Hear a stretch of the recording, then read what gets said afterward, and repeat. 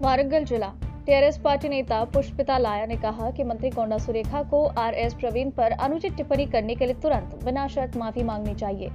वारंगल में आयोजित एक मीडिया सम्मेलन में बोलते हुए बीआरएस पार्टी नेता पुष्पिता लाया ने पूछा कि जो लोग बीरू और बिरयानी के साथ पार्टी करके अपनी सदस्यता भूल गए, उन्होंने आरएस प्रवीण के बारे में अनुचित टिप्पणी क्यों की। उन्होंने कहा कि आरएस प्रवीण कुमार एक ऐसे व्यक्ति हैं जिन्होंने कई छात्रों के कल्याण के लिए कड़ी मेहनत की। आरएस प्रवीण पर मंत्री कोंडा सुरेखा की टिप्पणी अनुचित है और इसे तुरंत वापस लिया जाना चाहिए। उन्होंने मंत्री कोंडा सुरेखा की आलोचना करते हुए कहा कि आप ही हैं जो गुंडा के जरिए राजनीति कर रहे हैं।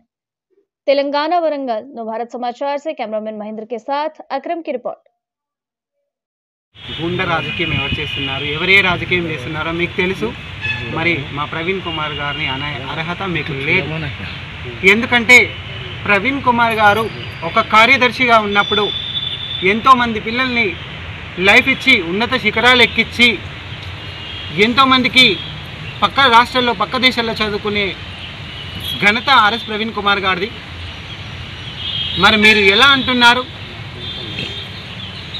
నెలకు 9 కోట్ల ఎవరికి ఆయన ఎన్నికేసుకున్నాడా?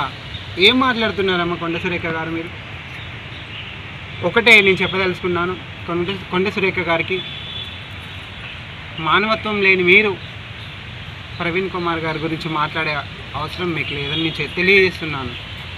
ప్రవీణ్ కుమార్ గారు అంటే కార్యదర్శిగా ఉండి తన జేబులో డబ్బును కూడా పిల్లల కోసం పెట్టుకున్నాడు. మరి గురుకులాల బాట అనగానే నీ సీఎంకి వెన్నులో చెమటలు పడుతున్నాయి, మంత్రులకు చెమటలు పడుతున్నాయి.